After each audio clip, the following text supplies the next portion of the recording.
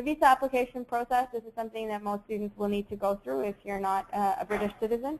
So your go-to source for any information is the UK Border Agency website. We've provided a link for you here. If you are a Canadian student, you typically need a Tier 4 general visa, and you should give yourself at least 3 months for processing time. The last thing you would want to do is kind of get into school in the UK and not be able to make it because you didn't get your visa in time. And there's basically a point system where you need to get 40 points. The first of is your confirmation of acceptance, so that's basically your acceptance letter from a UK institution that you can prove you can pay enough to cover your fees, passport photographs and a valid passport, and then the application fee. There might be some additional requirements, so be sure to check that out. And this is how you apply. So you basically start your application online.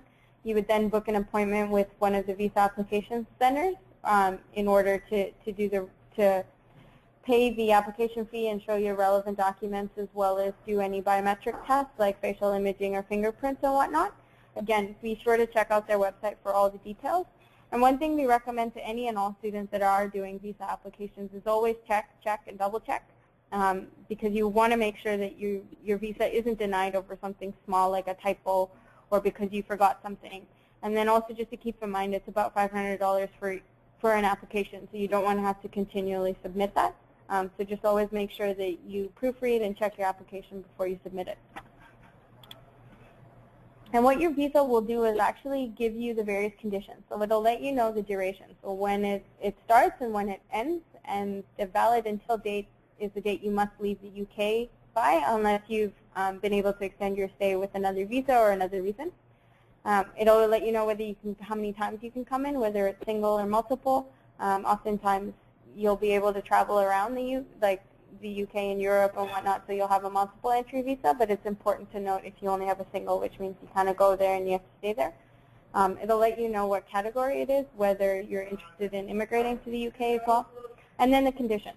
So this will let you know about employment possibilities. So for those of you that mentioned, finding information on scholarships and fundings, another way to help you pay for your education is by, working while you're in school. So this will typically, on your visa conditions, you'll be able to see.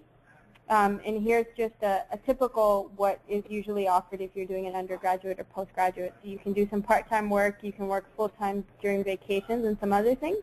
But once again, be sure to check the site and check your visa in particular to let you know if there are any specific conditions and what you're able to do. And for the application process, I'm going to pass it over to Suzanne to talk us through UCAS. Okay, if you're looking at applying for an undergraduate full-time course, there is a national body called UCAS, and they've got an online service and they provide a wealth of information and they will help you throughout the application process. So if you're applying, like I say, for a full-time undergraduate course, you would apply online with UCAS.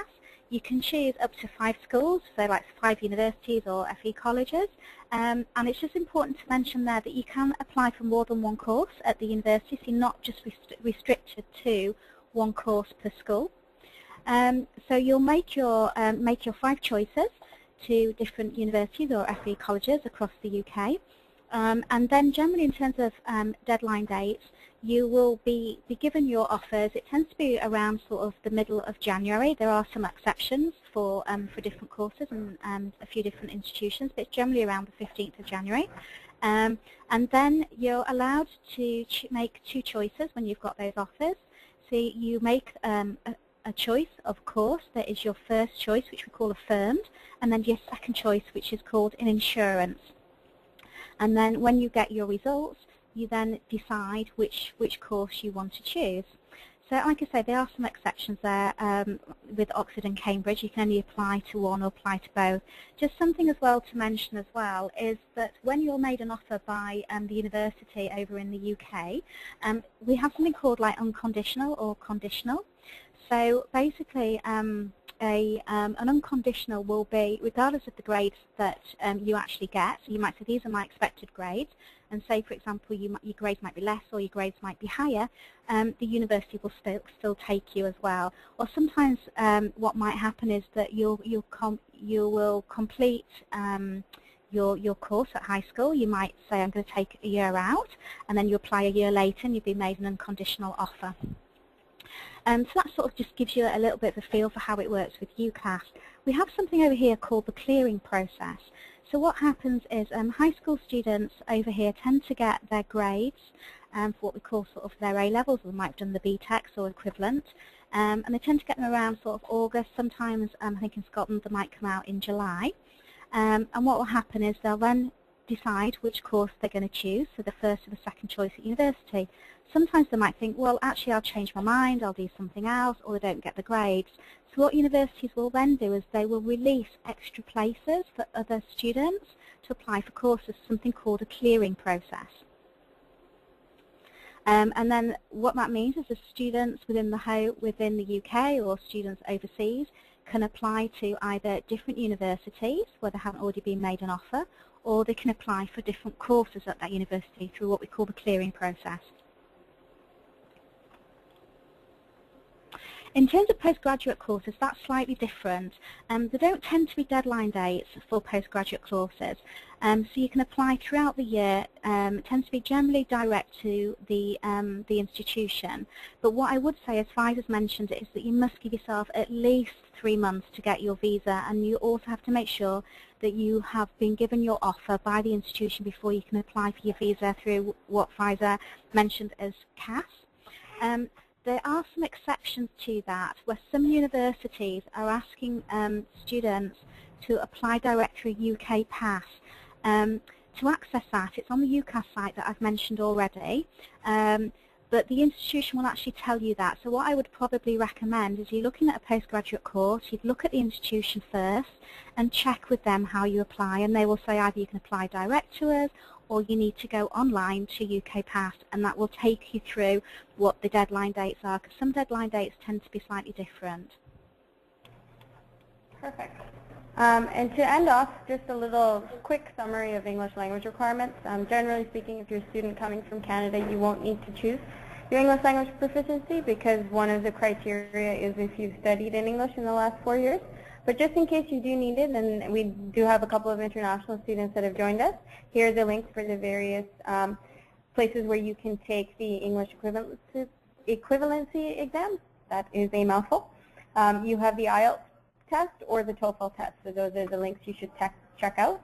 And then finally, we wanted to end with a few useful resources for you. So as we had mentioned, this new study abroad section on schoolfinder.com, we're building and working on getting information there for you for various undergraduate and postgraduate options if you're looking at studying in the UK.